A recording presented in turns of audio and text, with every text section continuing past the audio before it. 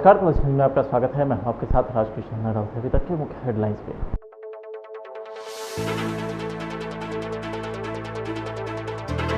सिखों के दशमें पिता गुरु गोविंद सिंह की जयंती पर पटना साहिब पहुंचे सीएम नीतीश कुमार। गुरुद्वारे में तेजा मत्था।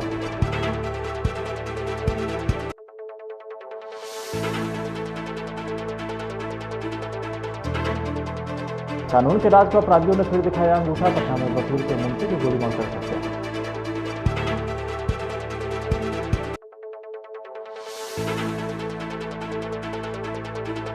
वेब सीरीज तांडव का विरोध लगातार जारी।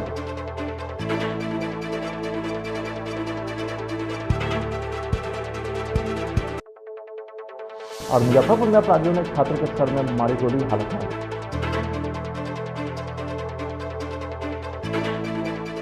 अब खबरें विस्तार से। सिखों के दशमें पिता गुरु गोविंद सिंह के जयंती पर बिहार के मुख्यमंत्री नीतीश कुमार पटना साहिब स्थित गुरुद्वारा पहुंचे, जहां उन्होंने गुरुद्वारे में मत्था टेका और राज्यवासियों की भलाई की प्रार्थना की। सीएम ने कहा कि गुरु गोविंद सिंह महाराज सर्वदानी थे। उनका योगदान, त्याग और बहादुरी पूरे विश्व भर में कोई भी भूला नहीं सकता। वे हम सभी के लिए प्रेरणा स्रोत है। गुरु गोविंद सिंह का जीवन त्याग और बलिदान का प्रतीक था। दूसरों की सेवा के लिए समर्पित था। उनका मानना था कि समाज में शांति बहाली करना और आपसी भाईचारे की बेहद जरूरत है। आज गुरु कलगीधर पातशाह का प्रकाश दिहाड़ा मनाया जा रहा, बड़ी धूमधाम के नाल। संगतां कोरोना के बावजूद, बार्डर से पाबंदियों के बावजूद भी इत्थे पहुंचे। हजारों मील सफर करके 1000-500 मील से आए हो यहाँ। और मैं आप सबका बहुत बहुत बोर्ड की तरफ से, कमेटी की तरफ से धन्यवाद देता हूँ आपको।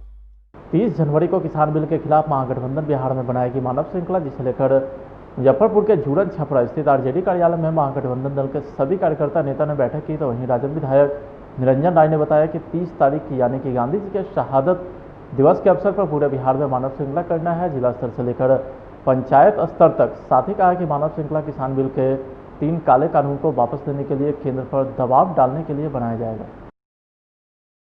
आज की बैठक 30 तारीख को मानव श्रृंखला करना है पूरे बिहार में, पंचायत से लेकर जिला स्तर तक, प्रखंड स्तर तक, क्योंकि उस दिन गांधी जी का शहादत दिवस है। शहादत दिवस के अवसर पर महागठबंधन के साथियों ने पटना में बैठक करके तेजस्वी जी के आवास पर बैठक हुई थी और उसमें महागठबंधन के जो भी साथी हैं, निर्णय लिया गया था कि 30 तारीख को मानव श्रृंखला किसान के 3 काला कानून के वापस लेने के लिए, केंद्र पर दबाव डालने के लिए 30 तारीख को मानव श्रृंखला का आयोजन किया गया है। उस मानव श्रृंखला को सरजमीन तक, पंचायत तक और गांव तक पहुंचाने के लिए राष्ट्रीय जनता दल और महागठबंधन के साथ ही आज हम लोगों ने बैठक किया है। बैठक करके 16 प्रखंड में 3 डेट में हम लोगों ने बैठक रखने का काम किया है। 25 तारीख को, 27 तारीख को और 28 तारीख को। 24 तारीख को जिला पार्टी की तरफ से हम लोग यहाँ बसंत बिहार में कर्पूरी जयंती या प्लस उस दिन भी बैठक होगी और महागठबंधन के साथी होंगे। उसमें पुनः तमाम लोगों को मोटिवेट करने का हम लोग काम करेंगे।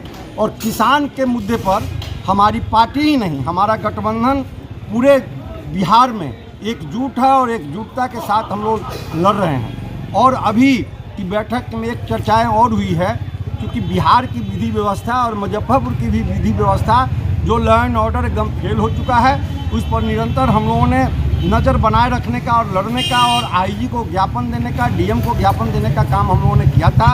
और पुनः इन लोगों से अगर नहीं संभलेगा तो हमारी पार्टी प्रदेश स्तर पर इस लड़ाई को लड़ने का काम। महागठबंधन के बैठक में कांग्रेस नहीं दिख रही है।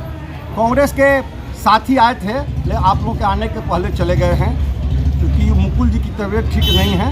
वो अभी फ़ोन पर भी बातचीत हुई है, उनके एक साथी आकर यहाँ से चले गए। बिहार में 2021-22 के बजट सत्र के तारीखों की घोषणा हो गई है, जो लगभग 1 महीने तक चलेगा। बजट सत्र के तारीखों के ऐलान के साथ ही जदयू ने नेता प्रतिपक्ष पर अपना हमला तेज कर दिया। पार्टी प्रवक्ता अभिषेक झा और नीरज कुमार ने तेजस्वी यादव को निशाने पर लेते हुए कहा कि बजट सत्र की तारीखों की घोषणा के साथ प्रवासी नेता प्रतिपक्ष की बोलती बंद हो गई है। के नेता माननीय तेजस्वी यादव बगैर तथ्यों की जानकारी के आरोप लगाने का जो राजनीतिक कुसंस्कार है आपका, बजट सत्र के बारे में कह रहे थे कि 3 दिन 4 दिन होगा, हम आंदोलन करेंगे, घेराव करेंगे। फैसला हुआ नहीं था, राजनीतिक अपच का रोग पकड़ लिया था।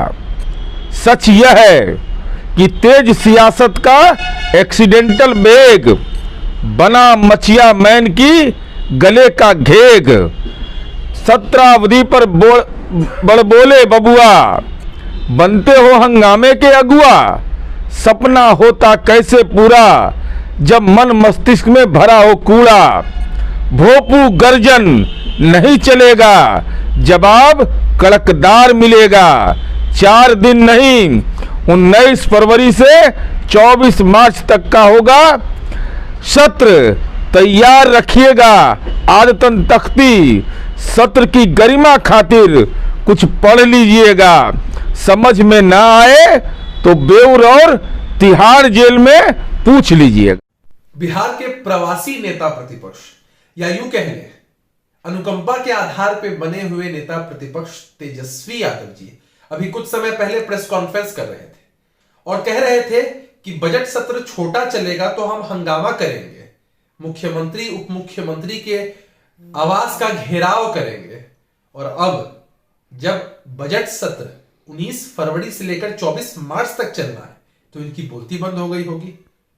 हम लोग मानते हैं कि विधायिका में शैक्षणिक पात्रता की आवश्यकता नहीं होती है, लेकिन नेता प्रतिपक्ष बनने से पहले बेसिक विधायिका की तो समझ आपको होनी ही चाहिए थी ना। असल में दोष आपका नहीं है, आप लोग अभी भी चरवाहा विद्यालय के दौर में ही जी रहे हैं। आधुनिक बिहार का निर्माण ना आपको दिखता है और दिखता भी है तो पचता नहीं है। इसीलिए इस तरह की बेबुनियादी बातें हमेशा आप करते आए हैं। राजधानी पटना समेत बिहार में अपराधियों का तांडव कम होने का नाम नहीं ले रहा है। एक तरफ कानून व्यवस्था को लेकर सरकार और पुलिस ने अपने दावे हैं तो वहीं दूसरी तरफ अपराधी लगातार घटनाओं को अंजाम दे रहे हैं। इस वक्त की बड़ी खबर पटना के नौबतपुर से आ रही है, जहां एक वकील के मुंशी को अपराधियों ने गोली मार दी है। वकील के मुंशी को 2 गोली लगी है और उन्हें इलाज के लिए अस्पताल में भर्ती कराया गया, लेकिन उनकी मौत हो गई। मृतक वकील का नाम बालेश्वर पाठक था। वेब सीरीज तांडव का विरोध लगातार जारी है। सासाराम में भी भारतीय जनता पार्टी के कार्यकर्ता ने सासाराम के पोस्ट ऑफिस चौराहे पर वेब सीरीज तांडव का पोस्टर जलाया तथा विरोध किया। इस दौरान भाजपा के पूर्व विधायक भी उपस्थित हुए। उन्होंने कहा कि जिस तरह से विभिन्न माध्यम से किसी खास समुदाय को टारगेट किया जा रहा है तथा बहुसंख्यक की भावना को आहत करने की कोशिश की जा रही है, यह गलत है। तांडव सीरीज का निर्माता जो है डायरेक्टर, उन्होंने अपने संस्कृति पर अपने हिंदू संस्कृति पर तांडव किया है। इसलिए हम लोग तांडव निर्माता को गिरफ्तारी करने के लिए आज मांग भी कर रहे हैं और उसका पुतला भी जला। रोहतास में अवैध बालू भंडार के कारोबार पर प्रशासन का डंडा जारी है। ताजा मामला रोहतास के डेहरी का है, जहां एसडीओ सुनील कुमार, एएसपी संजय कुमार के नेतृत्व में गठित टीम ने पहलेजा, मनौरा, सोड़ा और कोल डिपो इलाके में छापेमारी कर 100 से अधिक हाइवा बालू को जब्त किया है।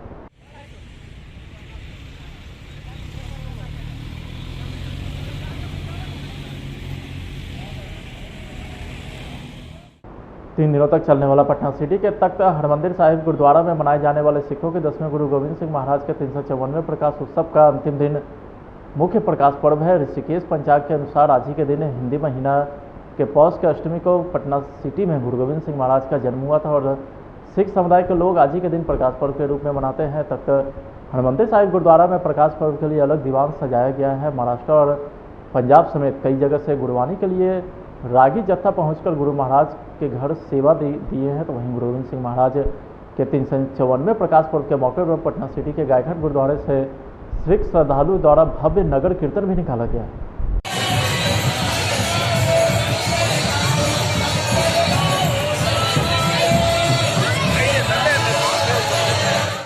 मुजफ्फरपुर समाहरणालय सभा कक्ष में डीएम प्रणब कुमार की अध्यक्षता में बैठक हुई। इस बैठक में गैस एजेंसी, केरोसिन तेल डिस्ट्रीब्यूटर सहित अन्य के साथ बैठक में आपूर्ति व्यवस्था को सुदृढ़ करने का निर्देश दिया गया। डीएम प्रणब कुमार ने कहा है कि आपूर्ति व्यवस्था को सही करने का निर्देश दिया गया है ताकि जो हमारे उपभोक्ता है उसे सही समय पर सही मूल्य प्राप्त हो सके। क्या निर्णय लिए गए? क्या आज आपूर्ति टास्क फोर्स की मीटिंग शुरुआत में की गई है। इसमें सभी जो मार्केटिंग ऑफिसर्स हैं, जितने भी पूरे ज़िले में गैस एजेंसी वाले हैं, जितने भी केरोसिन ऑयल डिस्ट्रीब्यूटर्स हैं, और डिस्ट्रिक्ट मैनेजर SFC इत्यादि के साथ बैठक की गई थी और इस बैठक में आपूर्ति व्यवस्था को सुदृढ़ करने का निर्देश दिया गया है ताकि जो हमारे उपभोक्ता कार्ड धारक हैं उनको सभी सामान सही मूल्य पर सही समय पर उपलब्ध हो जाए। और इस चीज़ को अभी हम लोगों ने देखा है, दिसंबर और जनवरी का खाद्यान्न एक साथ वितरण कराने की व्यवस्था की जा रही है। जहाँ कहीं कमी है वहाँ ठीक करने के लिए निर्देशित किया गया है। कुछ टेक्निकल प्रॉब्लम्स थी जिसे दुरुस्त कराया गया है। इसके अतिरिक्त आज शहर में जो यातायात व्यवस्था है या कुछ जो जाम वाम की व्यवस्था समस्याएं हैं उसको लेकर के बैठक की गई है और इस बैठक में सभी स्टेक होल्डर्स को हम लोगों ने बुलाया था और सभी लोगों से फीडबैक लिया गया है। कुछ नए निर्णय लिए गए हैं और इस निर्णय के आलोक में कुछ रोड्स को हम लोग vendor free zone, vendor free road declare करेंगे। फिर कुछ रोड्स पे जो बिजली के पोल हैं, जो टेलीफोन के पोल्स हैं, उसको हटाने का निर्णय लिया गया है। इसी तरह आप देख रहे हैं कि निर्णय के आलोक में इस रोड पर डिवाइडर बनाया जा रहा है, जो ये कलेक्ट्रेट रोड है इस पर डिवाइडर भी बनाया जा रहा है और कई सारे निर्णय लिए गए हैं जिसका कि इम्प्लीमेंटेशन अगले 15 दिन में आपको देखने को मिलेगा। इसके अतिरिक्त 27 जनवरी से हम लोग इंक्रोचमेंट फ्री करने का एक ड्राइव भी लॉन्च करेंगे और हम लोग प्रयास करेंगे कि पूरी व्यवस्था ऐसी हो कि शहर के लोगों को जाम वाम की समस्या से सामना नहीं करना पड़े।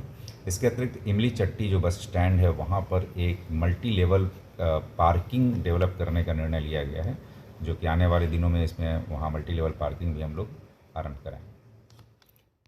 पटना उत्पाद विभाग की बड़ी कामयाबी हाथ लगी है। गुप्त सूचना के आधार पर भारी मात्रा में शराब के साथ 2 तस्करों को पुलिस ने गिरफ्तार किया है। आपको बता दें कि मामला पटना से सटे गोपालपुर थाना अंतर्गत चकबैड़िया गांव के है, जहां गुप्त सूचना के आधार पर 400 पेटी अंग्रेजी शराब को बरामद किया गया है, जिसकी बाजार में कीमत तकरीबन 30 लाख रुपये बताई जा रही है।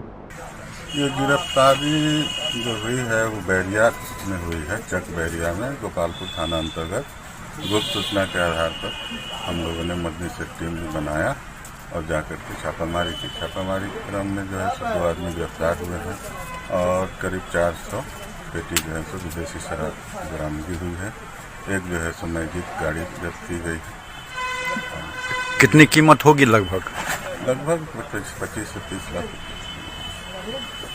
मुख्य सरगना फरार हो गया? मुख्य सरगना फरार है, उनके नाम पता की जानकारी के लिए छानबीन की जा रही है। छानबीन होने के बाद उन पर भी जो है उनकी गिरफ्तारी की जाएगी। अपना परिचय बता दें। मैं अश्विनी कुमार और निरीक्षक मदनी से। सुशासन के शासन में आम लोगों की छोड़े सरकारी विभाग के अधिकारी भी सुरक्षित नहीं है। इसे प्रशासनिक लाचारी समझे या अपराधी या सामाजिक तत्वों पर पुलिसिया पकड़ कमजोर माना जा सकता है। मधुबनी के जयनगर अनुमंडल मुख्यालय के अनुमंडल प्रखंड कार्यालय समेत दर्जन की संख्या में सरकारी कार्यालय पर रोज की तरह लोगों की भारी भीड़ होने के बाद भी समाज के असामाजिक तत्वों के द्वारा अधिकारियों को खुला चैलेंज व जान से मारने की धमकी दी जा रही। सहायक प्रबंधक प्रमोद कुमार केसरी ने बताया कि विगत साल SFC गोदाम पर बतौर AGM पद संभालने के क्रम में पता चला कि लंबे समय से कुछ परिवहन मालिक चालक के मिलीभगत से FCI गोदाम से खाद्यान्न लूटकर FCI गोदाम लाने के दौरान गरीबों को मिलने वाला अनाज गबन किया जा रहा है। ऐसी व्यवस्था को मेरे द्वारा पूरी तरीके से रोक लगा दी गई है, जिसके बाद मुझे जान से मारने की धमकी दी जा रही। जी बताइए क्या हुआ आपके साथ? मेरे साथ 17 तारीख को जो है गोदाम पर इशू दे रहे थे।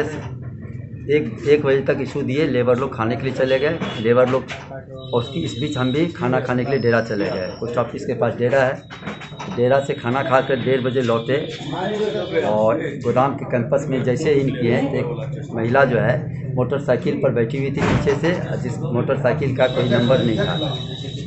वो मेरा कॉलर, कोट का कॉलर पकड़ करके बोलती है कि हमको 2000 रुपया दीजिए, नहीं तो हम आपको बदनाम कर देंगे। तो उस परिस्थिति में मेरा कॉलर खींच करके और हाथ में दतमन ली थी, दतमन से 2 दतमन वो लगा दी, समझे कि नहीं। अब दतमन लगाने के बाद जो है वो महिला जो मेरे पैकेट से जबरदस्ती जो है कोट का पैकेट से 1500 रुपया पैकेट में था वो निकाल दी। और जान शिकायत आपने कहाँ की है? इसकी शिकायत आपने अभी तक? इसकी शिकायत जो है FIR के लिए जयनगर थाना में दिए हैं, आवेदन किए हैं और जिलाधिकारी मुख्यालय विभाग के पटना मुख्यालय को दिया गया है, SDO मैम को दिया गया है और जिला आपूर्ति पदाधिकारी को इसकी शिकायत की कापी दी गई है। हमें बताइए मामला क्या है SFC का जो?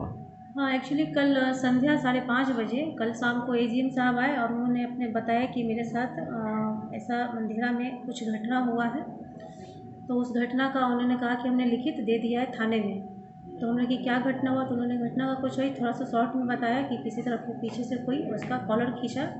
तो और भी जो भी बातें हुई हमने लिख करके थाना में दे दिया है। तो हमने थाना को कॉल करके कहा कि उन्होंने जो लिख करके दिया है उस पर आप गहन जाँच करवाइए और जो भी दोषी है उस पर आप कार्रवाई करें। पूर्णिया में बेखौफ अपराधी का तांडव लगातार जारी है। शास्त्री नगर में अपराधियों का गुलाबबाग व्यवसायी के बेटे की गोली मारकर फरार हो गया, तो वहीं पुलिस को 2 गोली लगने से युवक घायल हो गया है, जिसे सदर अस्पताल लाया गया, जहां युवक की हालत गंभीर होने के कारण रेफर कर दिया गया है, जिसे परिजन द्वारा पूर्णिया के मैक्स 7 अस्पताल में बेहतर इलाज के लिए भर्ती कराया गया है। सर, अब परिजन से मिले हैं क्या कुछ?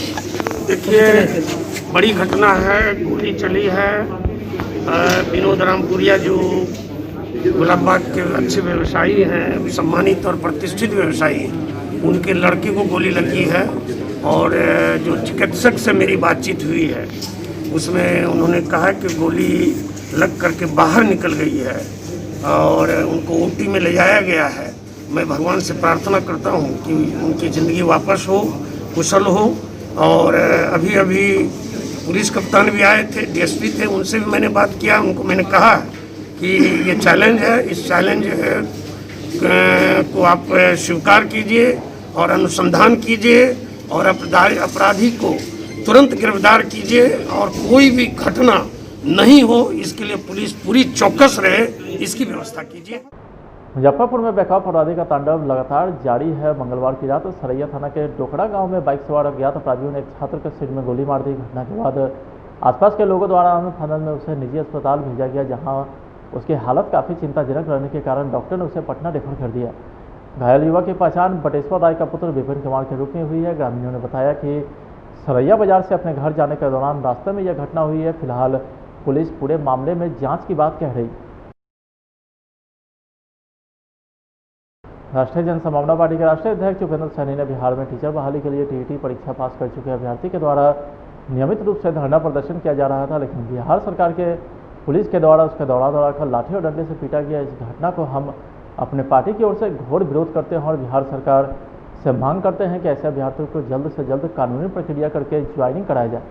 बिहार में मास्टर परीक्षा, टीचर परीक्षा का टीटीई जो पास कर लिया है, वो अपने जल्द से जल्द ज्वाइनिंग करने के लिए वो लोग धरना पर बैठे थे शांतिपूर्ण रूप से, लेकिन बिहार सरकार के निर्देशानुसार पुलिस के द्वारा उसको लाठियों से मारा गया।